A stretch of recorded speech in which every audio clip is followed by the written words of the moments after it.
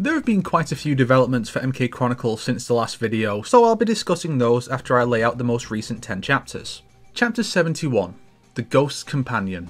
So, the game's never explained why Chameleon and Chameleon are so different from Reptile if at least one of them is confirmed to be a Saurian. And with the two having zero backstory, I came up with my own. Building on the idea of Shang Tsung creating artificial Saurians, I had Shang create a Saurian using the DNA of numerous races, similar to Melina being part Tarkatan. This results in a Saurian that shifts between male and female and can harness various abilities from the races used to create them. My Chameleon is a gender fluid icon and there's nothing you can do about it. Chapter 72.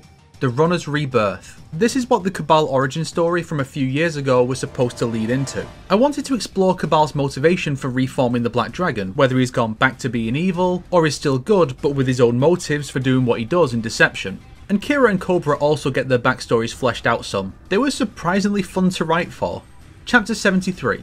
The Runner's Bonds. This one follows on and wraps up the planned Cabal trilogy. It adapts Havoc and Cabal's deception endings, with Cabal turning against Havoc now that their contract is up and he knows Havoc's plans. Kira and Cobra also take part, and they have to work through their issues when Havoc pulls an obscure artifact to turn them against each other. Chapter 74. The Clash of Dragons.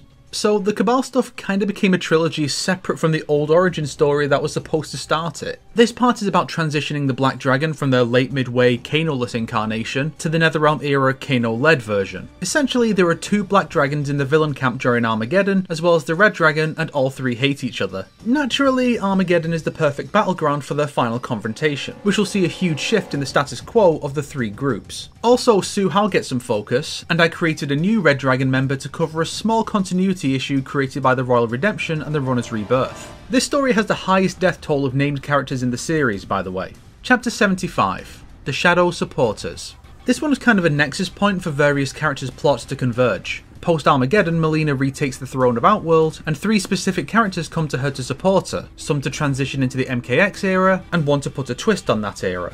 Chapter 76. The Champion's Ascension. This is where the Mortal 1 combat influence begins. It's another transitional story for the melded timeline, seeing a post-MK11-ish Liu Kang meeting with a more motherly Cetrion to request his ascension to godhood, having seen the good his multi-timeline counterpart was able to do as a fire god. This also details some of what went down when this Liu Kang helped his counterparts against Death God Liu Kang.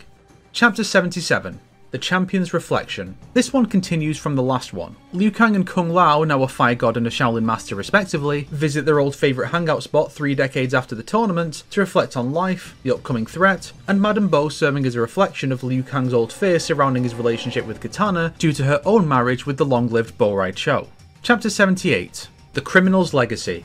This one was featured on DeviantArt as a daily deviation. I didn't know until a few weeks later, but that is sick. Following the Clash of Dragons and MKX, the Black Dragon is down to its last few named members. So Kano takes inspiration from the OIA and builds his own second generation. One of these is obvious. One has been discussed on Wasted Potential. The other will be a neat surprise for those knowledgeable in the more obscure corners of the MK franchise. Chapter 79. The Emperor's Return.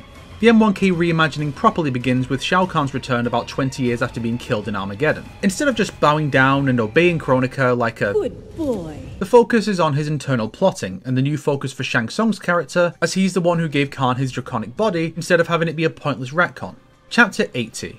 The Pyromancer's War. And right after the setup for a reimagined M1K begins, we see its climax. This one follows M1K Scorpion and Smoke from Universe K as they take part in the final battle, encountering the Cyber Lin Kuei, a heroic Bi-Han, and Noob Saibot's final form to explore how the reimagined characters view the more classic MK canon and vice versa. I have a few more such chapters planned, including one centered on Kitana, Melina and Sindel, but I may hold off on those to finally get the follow-up to the Criminal's Legacy made, since that one's a major development for Universe M. And because the intertwining of the two universes becomes more prominent here, I made a chart to help explain how the two universes work. Universe M is the universe where both timelines are merged into one, going through MK1 to Armageddon and onto MKX, with elements of the second timeline occurring in stories from the first, such as Johnny and Sonya getting married and having Cassie after Shinnok's defeat in MK4. Universe K follows the canon, featuring the timeline resets, with an extra one not present in the games to accommodate the whole Death God Liu Kang thing. This is partly a holdover from before I came up with the idea of the merged universe, and also a way to still tell stories about the timeline, such as those focused on Frost, Kotal or Cassie during MK11. Oh, and what's that third universe down at the bottom? That's another MK story I've begun writing that doesn't quite fit the MK Chronicles concept. It's not technically connected to MKK, but it makes sense to exist in the same multiverse. Mortal Kombat Ronin is a feudal Japanese reimagining of the MK universe following a former samurai Scorpion as he sets out to avenge his samurai clan against the samurai Sub-Zero and his clan. The cast are reimagined as mostly Japanese, with a focus on samurai and ninja. It was inspired by The Witcher Ronin, and to a lesser extent Marvel's 5 Ronin, and future chapters will draw on Neo and Ghost of Tsushima to varying degrees as well. One chapter exists so far, with the intention being to have 3 by the end.